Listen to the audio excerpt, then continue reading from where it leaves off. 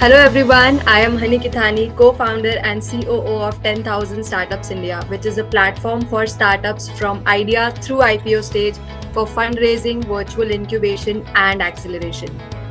Here we are with another exciting episode of Investor Lounge by 10KSI, an event intended to foster conversation and learning about startup fundraising, its challenges and behind the scenes of investments for startups. I am pleased to introduce to you Ms. Svetha Ravi, Director of Arali Ventures. Svetha Ravi is the Director of Arali Ventures and is renowned venture capital investor, ecosystem builder and enterprise tech investor. Shweta works closely with founders and LPs for fundraising and helping them navigate the startups and investment universe. She has over 14 years of experience in big data analysis, business consulting, and setting up captive units for organizations. Shweta holds master's degree from Madras School of Economics with specialization in econometrics and analytics. Hi Shweta, how are you? Hey, honey, thanks for having me here. Pleasure to be here for this evening. Amazing to have you with us, and I think we are in touch since more than 2 years or one and a Yeah, half years. So yours glad almost. to have you on my platform today, and I would really pick your brain for the next 1 hour. So thank you so much for joining us. I shall begin the Q&A for you. So first, tell me about your role in Arali Ventures, or and also about a little bit about Arali Ventures. So, Early Ventures, what we do is early stage funding of B2B tech. And by early stage, we usually prefer the seed round. Give or take, we'll go up to pre series A, but the preference is the seed round. And we look at within the B2B tech space, we're quite industry agnostic. So that's the space and area in which we look at. We are moving into our second fund now. We'll be starting that in September. So quite excited to be a part of that as well. That's a quick brief on Arali Ventures. My personal background is slightly different. I don't come from an investing background at all. Nothing to do with finance, none of that. Like you said, I come with an econometric statistics background. So I got into the analytics world way back when analytics was not a term that was used, was not popular in time. Uh, did my corporate stint a lot out there, worked in the US and everything. After coming back here, what I started doing was I wanted to try something slightly different. So, well, let's put it as act two of my professional life. I got into this VC world. It started off by evaluating a lot of these startups, especially the analytics front, because I come with an AI, ML background, etc. So I joined into this saying, okay, let me help Arali in evaluating. But I think I caught the bug. It was quite exciting to see the passion of founders coming in the various different kind of ideas they come up with, solutions they come up with. And I've been doing this for 3.5, almost 4 years now, and pretty much been enjoying being a part of the VC world.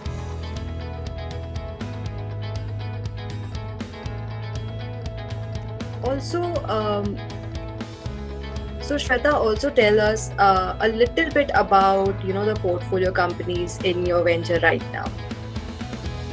So we have about 14 odd investments we have done in the B2B space, early stage. They would be from SaaS companies to even robotics companies, NLP companies. We've done medtech, fintech. We've gone across the spectrum. Pretty much most are at the early stages, and we get in when they are, starting their journey, pre-revenue mostly. That's the kind of stage that we get in. And we've been doing quite well. I think we have 2 of them that exited. We've got 3 of them that gone into Series A. So we've been doing quite well with our portfolios our way. And some of them are very new, just very recently done, early stages, finding their GTM, their product fit, etc. Wow, when you say pre-revenue, how do you evaluate these startups? Okay, so yeah, there's a fun part. This is a question that we always keep getting asked, say, how do you evaluate? And personally, we look at two angles when it comes to evaluation. One is obviously going to be the business part of it, and the other is going to be the people part of it. So, from a business point of view, what we're going to see first is okay, what is the problem you're solving? Is there an actual problem there? Is it a niche problem, or is there a wider market that has this problem? How urgent is the solution requirement for it? Is it critical for them, or is it a good to have? Because these are things that we start to put into play when we say, okay, that's good.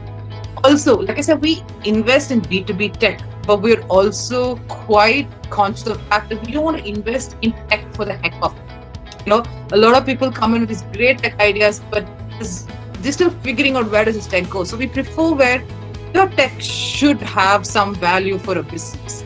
So that's very critical for us. As we do this evaluation process, we start to see, okay, how big is the market? What is your competitors like? Do you have a play with multiple competitors? Can you grow fast? I think that becomes very important. Scalability and the growth, the greater speed of growth. So these are very key factors we look at when we look at the business per se, and we say, okay, this is an investment worthy business for us. The other part, like I said, is going to be people. Now, people, I know it sounds cliche. Everybody says, oh, we look at people, but because we invest so early, there isn't like a financial accounting records we can see and say, this is your number, so we think you're great. We actually have to trust the people we're investing in. How passionate are you in this? How much grit can you put in this? Because what people don't understand is you hear startups and you think of the unicorns and you think, great, I can grow this big, it's that great. What they don't realize is it's not easy. There's a lot of effort, there's a lot of time that goes in for building that business. And there's so many factors that you have control of, way more factors that you have no control of. And to be able to face all that and go, that becomes very important.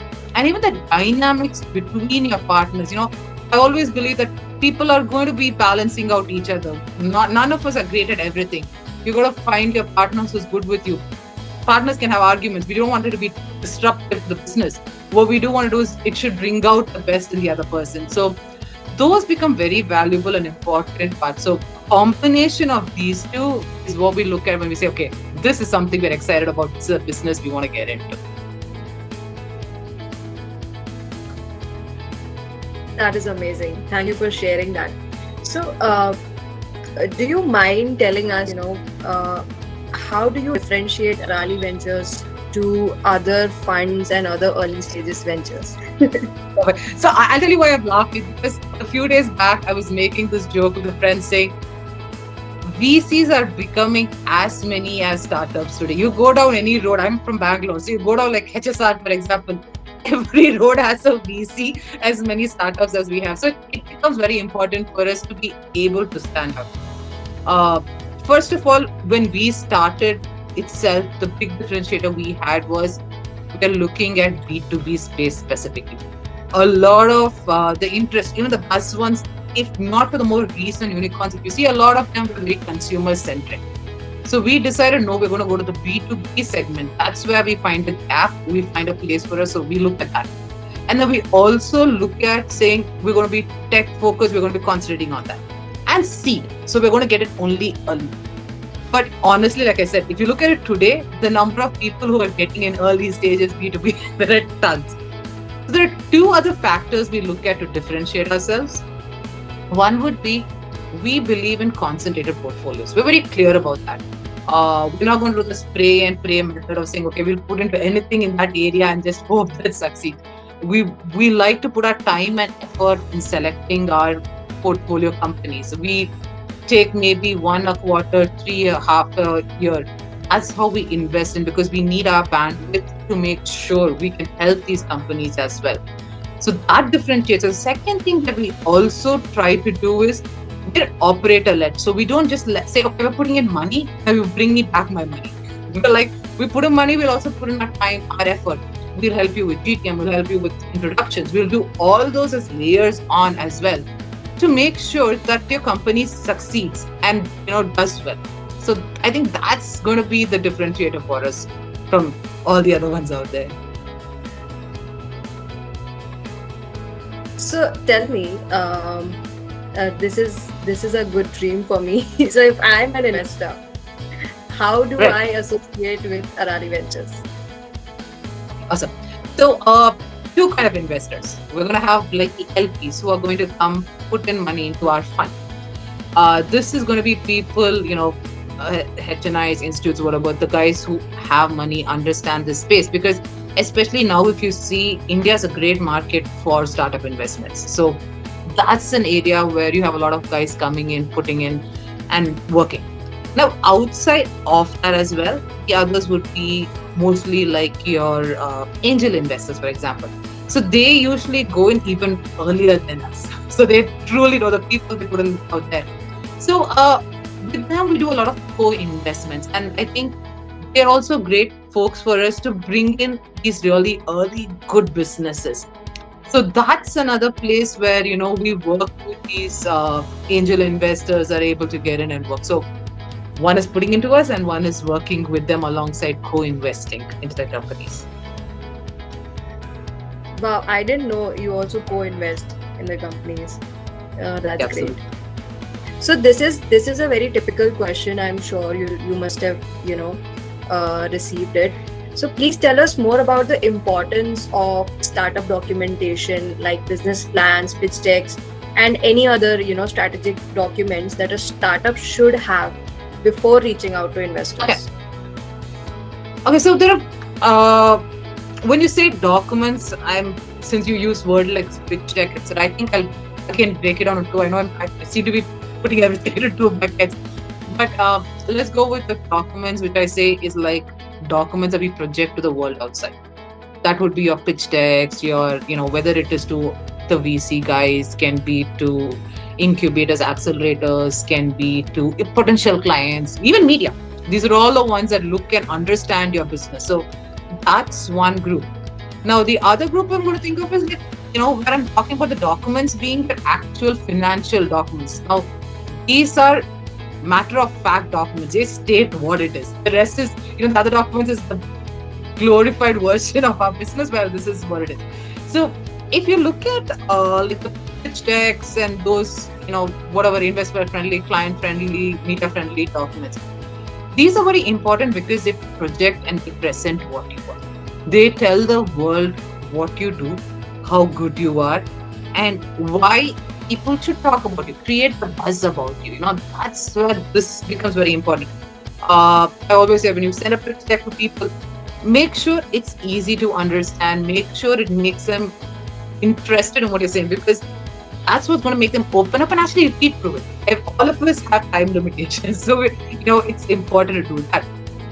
Now, the other documentation part, which says the fact documentation, that's not something that is very important at a very early stage like us, because, like I said, pre-revenue is very early. There's not much of financial records. Maybe not for us.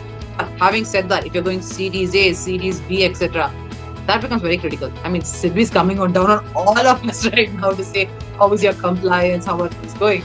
So it becomes extremely critical at that point that you're able to get those documents in place. Make sure, there's a tick mark done for all those and kept. But for the outside world, it's always nice to be flamboyant, make you look great. That's important as well. Speaking about new the regulations, the compliances involved in it. We recently we got cleared that we can make international investments and everything. Right. Recently the news was announced. So what are your thoughts on that area? So I'll tell you what, from Arali's point of view, we have always invested. In fact, we already have about 3 of our portfolio companies that are non-Indian. We do cross-border investments, so we've been very happy with that. Now, not only that, what we've also been, which India has been pushing, saying from Bharat, for Bharat, and all that, has got the outside world also very excited. So if you look at our LPs also, those who have invested in our fund, we have almost maybe 30% or so who come from other countries. Could be the Western, US, Europe, Middle East, Southeast Asia. We have almost 30% of our LPs also from there. So it also helps us in bringing the depth of saying, we love to invest in companies that cater to foreign markets. And we love having people bring in their money from foreign markets into us as well. Amazing. Amazing. And also, nowadays we are looking at the slowdown of the funding. What is your take on the slowdown that might be happening, in the VC funding, and what is exactly happening in that area? Okay.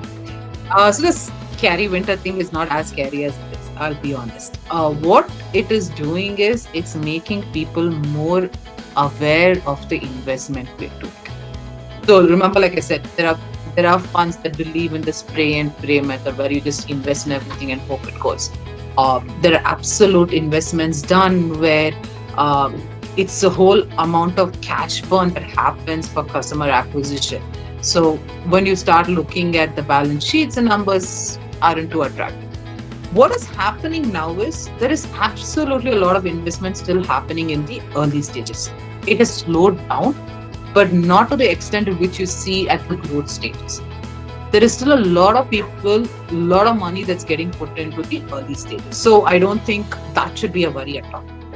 Second thing is also what we are looking at more is how good is your business. It's gone are probably the days when it's a blind kind of putting in money because I think it's exciting. It is, you got to substantiate the details that you have and saying this is a good business. As long as I believe that whatever money comes into you is going to bring something tomorrow when you go for the next round of funding, you're going to bring in your revenues, you're going to increase your customer. I think as long as that is there, absolutely people are investing. I don't worry with the fact that it's slowed down. It may not be, but we still have unicorns coming. We still have, people putting in money. We still have, startups getting funded today. It is not that it's not. It's just that people are making more aware, thought through decisions. That's about it. So if your business is good, I don't think you have anything to worry about. Absolutely nothing to worry about. But then early stages startups, ultimately they will understand a lot about the validation and the response from the market only after a bit, like after 6 to 12 months, I'm sure. So, and in those early stages, is it that the funding has slowed down only in the early stages, and nowadays VCs are focusing only on the startups which have already raised funds or already have done their paperwork in place and everything? Actually, no. Early stages are getting more. Whether it's the Surge plans or the Axel, any of these guys, everybody is putting in money into early stages. So that's what I said.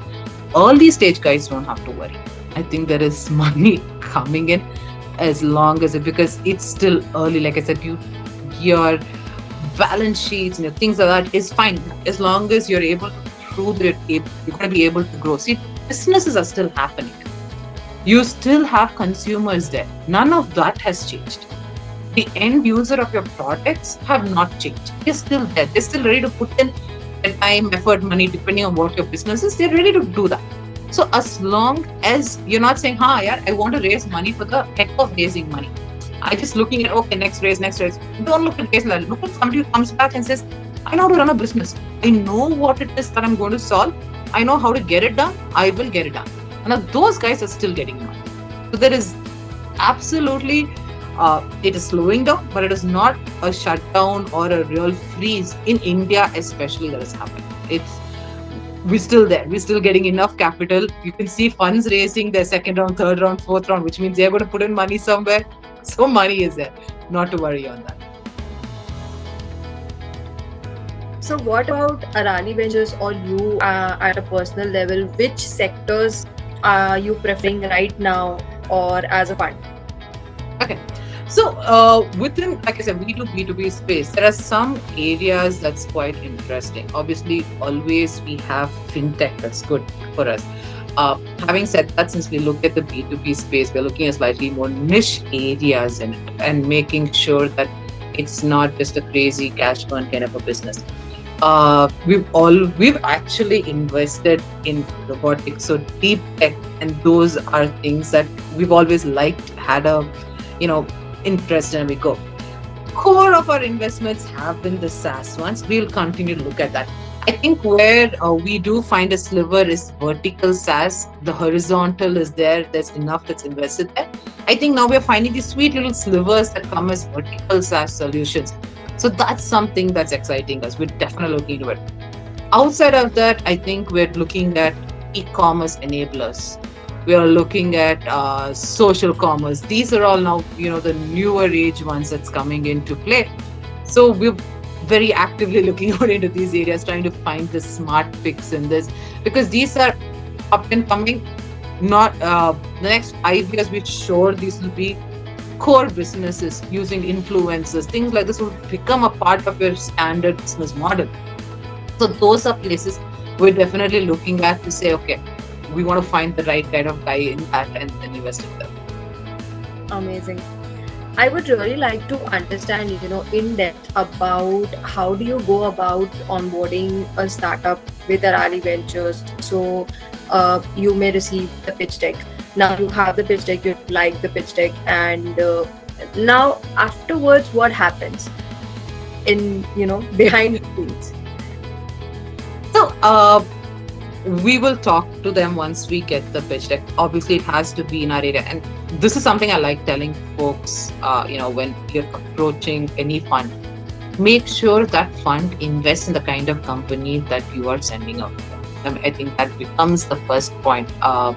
If you're a B2B company, make sure you're sending it out to funds that are in B2B. If it's a B2C, make sure in that there might be impact funds, which will be the right kind of funds for your business. So, figure that out, approach them. So once we get the pitch and we find it interesting, we always have our first round of conversations to understand what is their business, what is their plan, get a feeler of the founders and things like that. Then we go back into analyzing what is the market size. That's the core thing. How big is the market size? What is the competition like? How is it okay? If it's big enough market size, you can absolutely have competitors. Or is it something that requires you to be the first guy in to get that? So we try figuring out that. Then we always make sure we have conversations with folks in the industry. Luckily for us, with our networks, like Rajiv, Arun, myself, we all worked so much in the enterprise world that we try to make sure with our connects, our LPs have been a great help for us. So with them, all our colleagues, friends around, we make sure we have conversations with folks in the industry to validate this idea for us, to make sure that we believe that this solution has some worth into it.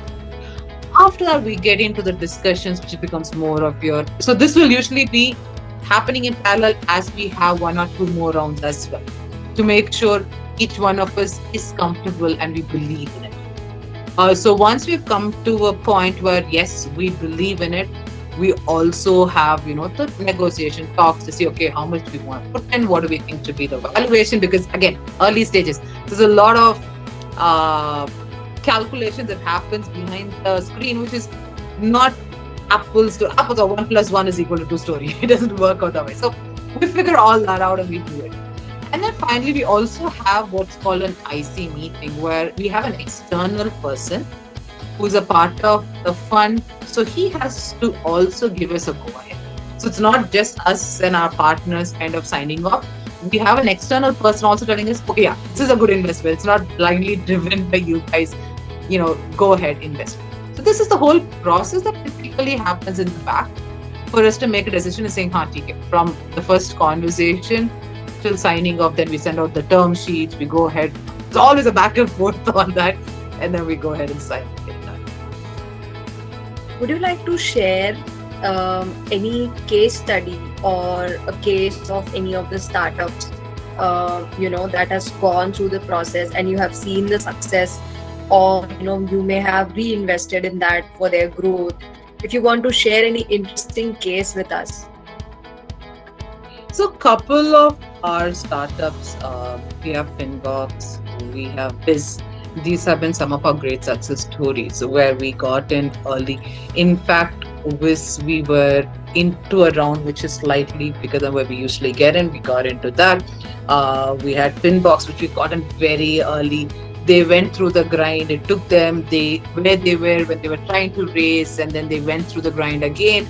We helped them out. Arun played a big role in working with them, got them set up, and then they went in. Now these are two of our successful, which has raised quite a good amount in their next rounds as well. So these would be some of the stories where we get in, we get involved, and we're able to get help growing. Amazing. So thank you so much for sharing that. I think this really helps to understand, what goes in the back end, and the struggles of investors as well. you know, the position of Let's investors do. also.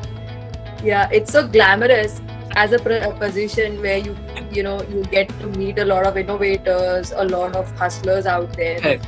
But then nobody is speaking about the struggles that investors are facing these days, with the kind of startups that are coming up. So yeah, Yeah, and there are definitely things that we say, we joke about. We say there are some startups we go and we're like, we are begging them to take us in, kind of a situation also happens. It's not always a one-way road. It goes both ways. So yeah, getting them, doing the paperwork, explaining to them why, and then tomorrow trying to bite them a little bit and saying, yeah, this makes sense, or questioning them. I think some of the hardest places might be when you start to question it. And it's always with a good thought in mind, but founders are very passionate. They're babies. So sometimes if you say, here, the guy who's putting the money questioning, they're like, are you questioning it because we put money? We're like, no, we're questioning because we're trying to understand. So yeah, there are things that's there for sure. definitely. Also, speaking a little bit about Web 3.0. This is very trending these days.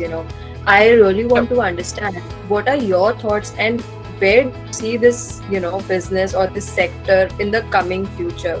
Looking at the strict regulations in India, it's not happening in India right now, very much so. It's majorly in the global markets. So tell me your thoughts on that.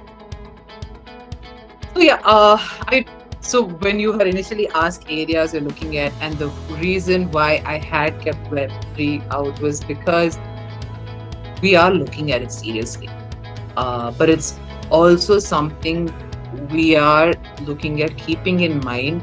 It's like how we look at cryptocurrency, I'll be honest. It's the same concept where we know tomorrow there is a possibility of the regulatory bodies coming in, affecting, impacting. So we are looking at, we believe Web3 is the future. There is no doubt about it. We know it's going there. It might be tomorrow, might be in a year or two. That's fine. That's whatever the market takes to grow, kind of thing. But we are looking at it very seriously. We believe there is a space and place where we will want to invest in it. We're also looking at it in a more pragmatic manner. We're trying to understand the areas in which we believe in, the areas we're comfortable in, and the areas in which we feel there might be less changes with which we have no control of, that will come back and impact us tomorrow. I think that's where it is for us with the Web3 part of it. And yeah, I mean, I don't think anybody doubts it's going to be there. Hopefully it won't do what the cryptocurrency is doing today. But you know what? Yeah, it is an area where we are very seriously looking at. It's like I said, since we go for concentrated portfolios, it's not something we're rushing into. We genuinely want to evaluate, build a conviction on it, and then we want to invest into it. Amazing. So before we move on to the Q&A session, do share your tips and suggestions for the aspiring entrepreneurs or the early stages entrepreneurs out there. Okay. So first thing first, I always tell people, don't go fundraising because you want to. I tell this very sincerely to a lot of startups where I say, I think your business is great. I think you're doing well. Get a little bit of money here and there, family, friends, whatever. You might be very successful bootstrap. Whole money is yours. Go ahead, do it. So I think it's important for startups to first figure out as founders whether they want to go for the fundraise or are they okay being bootstrapped. I keep telling this a lot. Time for us is all very limited. We only have this much time, which means either you're going to go chasing us VC folks, which is extremely time consuming. It is not as quick as you would like it to be. It has its own efforts. Or you can go at the same time, you can go chasing your clients. So you can pick and you work with it. Now, but it is extremely important as founders, you do not take a step back from the pedal for getting your clients. Whether it is a B2C or a B2B, doesn't matter. Your end customers and your end consumers are your core target. You got to keep them in mind always. Make sure your solution is always going to continue adding value for them. They should and will want to keep coming back to you, is your primary target of how you run your business.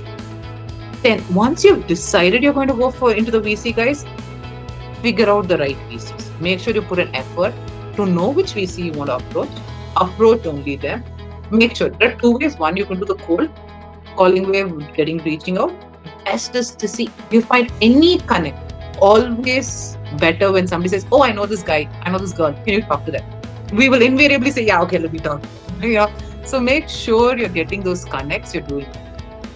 Once you get into this place of saying, "Okay, I'm going to have this conversation," etc. Be very clear on your business. Make sure all the possible FAQs you have your answer for. It will be standard. What are you looking to raise? How much will you deploy? Where will you deploy?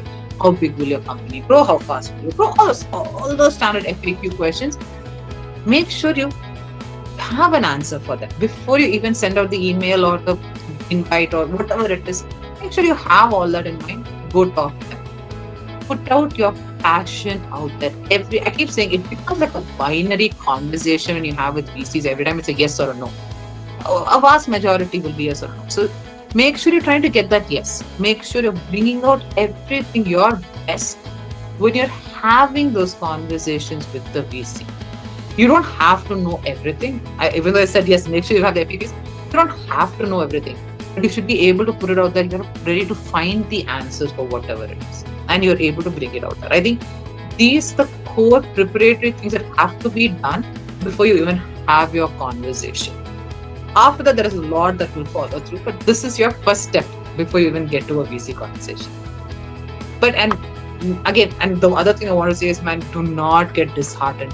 You can have 5 VCs saying yes. There are enough companies that initially never raised funding and then later, boom, they kept the business going and they got great funding after that. There are multiple companies that tell you this story. So don't get disheartened. Keep putting the effort that you want to. Keep running your business the best that you can. That's very important. Have conversations. Make sure you get it going. And good, it's a good time. I know the winter freeze scare is there. Don't worry. We still have money. We're still putting in money. Absolutely go ahead and continue the process.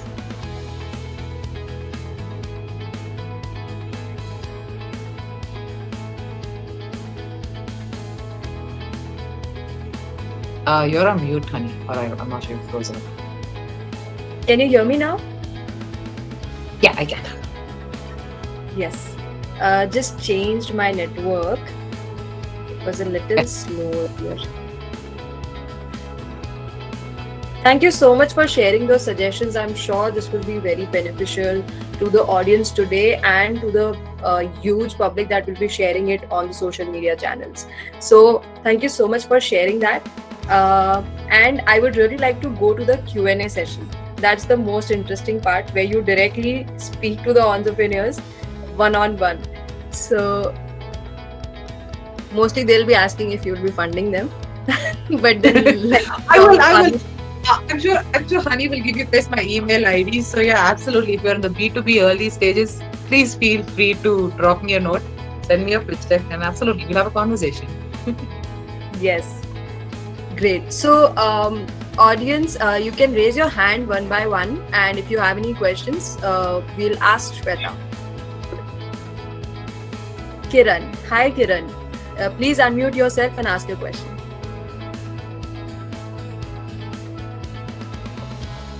Yes, Hani, thank you so much for introducing Svetha.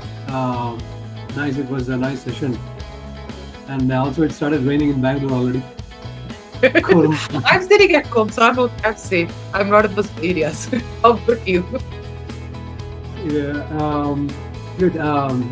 So Just wanted to ask, when you say pre-revenue, what are the top three things you consider? I think you answered one of some of the things when Honey asked for the documentation.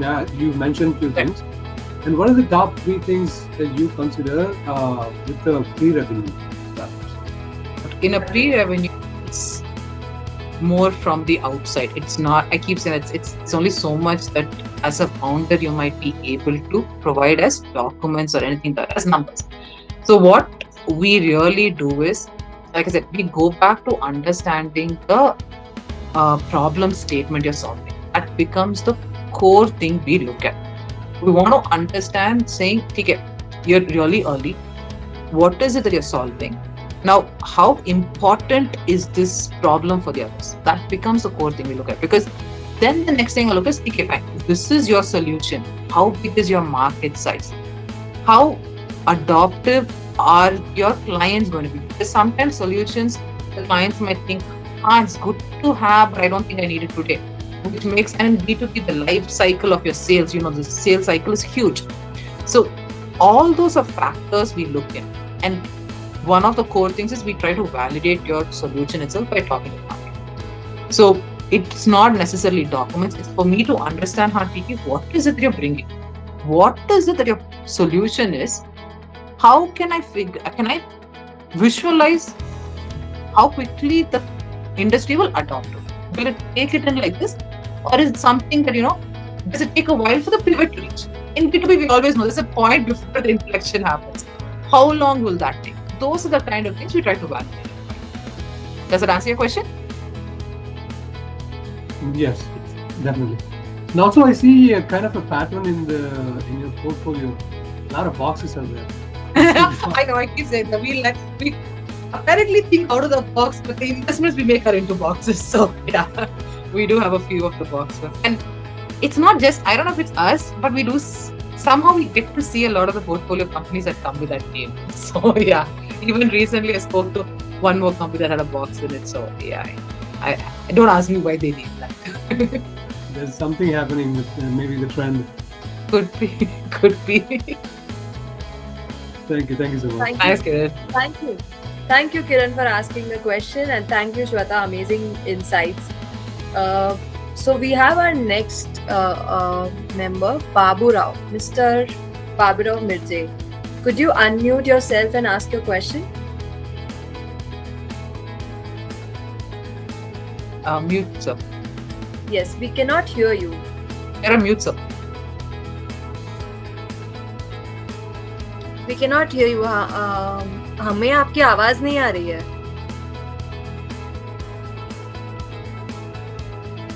आपको unmute करना पड़ेगा.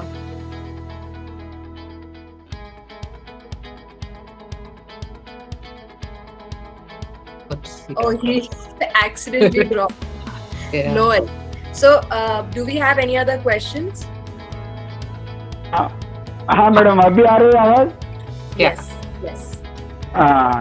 Madam, क्या हो रहा है मालूम है, मैं एक स्टार्टअप हूँ, मेरा एक इनोवेटिव आइडिया है, वो पेटेंट फाइल किया हुआ है और मैंने R&D किया है और पायलट प्रोजेक्ट भी तक मेरा सक्सेसफुल ऑपरेट किया हूँ और DPI रिकॉग्नाइज्ड है मेरा स्टार्टअप. अभी मुझे फंड के जाना है, कैसे जाऊँ? I'll answer in English because my Hindi is very bad. I understood your question. No worries. Svetha ji, you are fluent in Kannada? No, I'm not fluent in Kannada also. I'll give you my answer. See, what you have to do is, what is your business? No, madam, I can tell. I am DPI recognized startup. My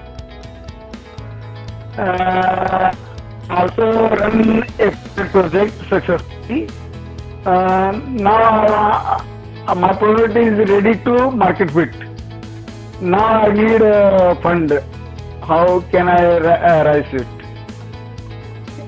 What is your product, Mr. Babu Rao? Tile. It is innovative tile. That style not anybody in India and outside India. Okay. The tile, the I'm guessing innovative tile. The tile, hello. The tile's purpose is waterproofing the floor. Just Okay. like bathroom, terrace, underground water tank, swimming tank. There are a lot of leakage problems. Okay. There is much more product, but my product is one product, two solution. One is tiling, second is waterproofing. Um, so I can't tell in English. No, that's fine. uh, My Hindi hai. So that's it. Okay. See, there are two things, sir. mm. One, you work with, there are incubators, accelerators, very specific to prop tech, like Brigade and those guys and all. They are very specific to prop tech, and they'll be able to help you because they look at this area, property, technology in it, innovative ideas in it. That is a very good place for you to start. Okay. Second place for you to do is also just to get, because you're still in the early pilot stages, etc., is also for you to get into something like you have tie-ups with the corporate guys. You have tie-up with these businesses. They usually also put in money. They help a lot of startups by taking into their own wings, helping them make sure that they're able to get a good product. So those two are your first steps because you're a little early on, and it'll help you in getting a validation of your product and starting your sales cycle as well. Otherwise, you will have to look at how many people are investing in these kind of companies who are investing in actual products like this, and those will be the kind of funds. But I would say your first good step for you will be to approach something like a incubator accelerator that has to do with prop tech or these companies. That way, especially the accelerator incubators will help you also make you ready for getting and going, asking for funds and investments. They will be able to connect the right people for that also. So that's what I suggest. Honey, in case it has to be translated or Yeah. Yeah, some event in Bangalore. My Hindi is bad. There. Hello. Some I can hear you. events in Bangalore. After 25th and 26th Bangalore, some events are there. I put my product to investor show investing. Okay. You're going for an event on 25th, 26th. Event, for an exhibition kind of. That is a very good place for you to get the initial connects. That will also tell you how quickly you'll be able to find out how much people are interested in the current early stage that you are in. That will be a good indicator for you to figure out how to go. Okay, thank you, madam. Thank you. If needed, you can also give my details later if he wants to connect. I can have a slightly more intense conversation on this and how we have to look at it. I can give more depth of it as well if needed. Definitely. So, which sector you are investing? B2B, sir. B2B. Only for I'm business. also Business tech. But us is tech. Okay. That's well.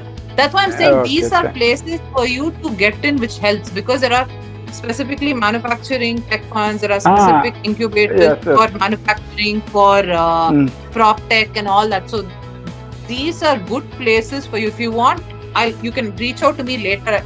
Honey will give you. Madam, I'll try to give you to somebody no Brigade need, and all that. Madam, no need of any incubate for me because I am 25 experience in this field. What was the product and how it get it, and I also run pilot project. So incubator is not important for me. Okay. Only I need investing. That's great. I'll connect And to somebody. I also get some orders from builders and in architects. They are appreciate my product, very good product.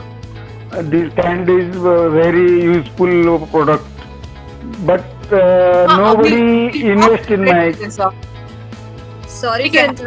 Baburao जी, सो हाँ। श्वेता जी बोल रही है कि आपको जो funds focus करने हैं वो प्रॉपर्टी टेक्नोलॉजी में हो सकते हैं या एनीवेयर इन द इंफ्रास्ट्रक्चर, जहाँ पे वो लोग प्रेफरेंस देंगे आपके ये पर्टिकुलर सेक्टर को।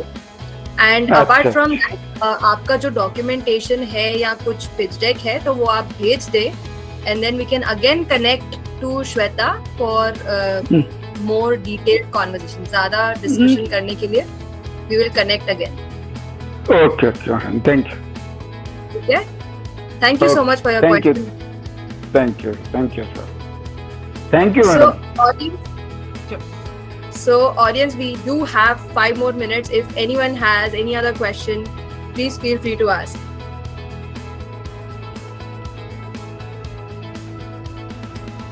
How do we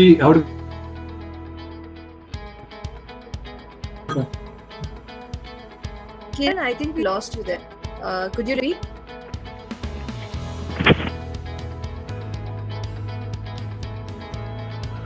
We can't hear you. if this guy is connected. How do we reach out to Svetha? So you have to share. Yeah. In the website? Yeah, so just share the pitch deck with me here, or I'll just your email address if you I can can drop share.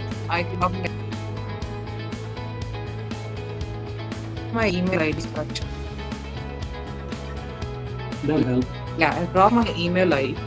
So anybody who's interested, absolutely reach out. Before we move on and before I forget, I really want to take a picture. So just a minute. If our audience is willing to switch on the cameras.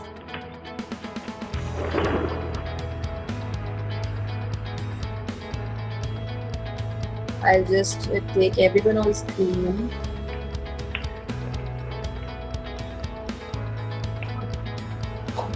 We also had Sanat with us today, Sanat from Indian Angel Network. So, ready? 1, 2, 3. Wait, I'm looking like a white. Okay, Thank you. just one more. Great. Thank you so much. Thank you so much, Svetha. This was really helpful and really insightful. I think I've got great content today to share with all the entrepreneurs out there and for their understanding. And it was very simplified. So thank you so much for sharing those insights. Thank you. The audience have been lovely.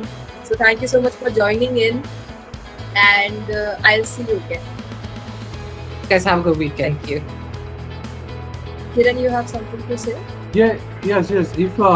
If Baburao wants to share his number, I can connect him with the brigade, the PropTech. That's what they do.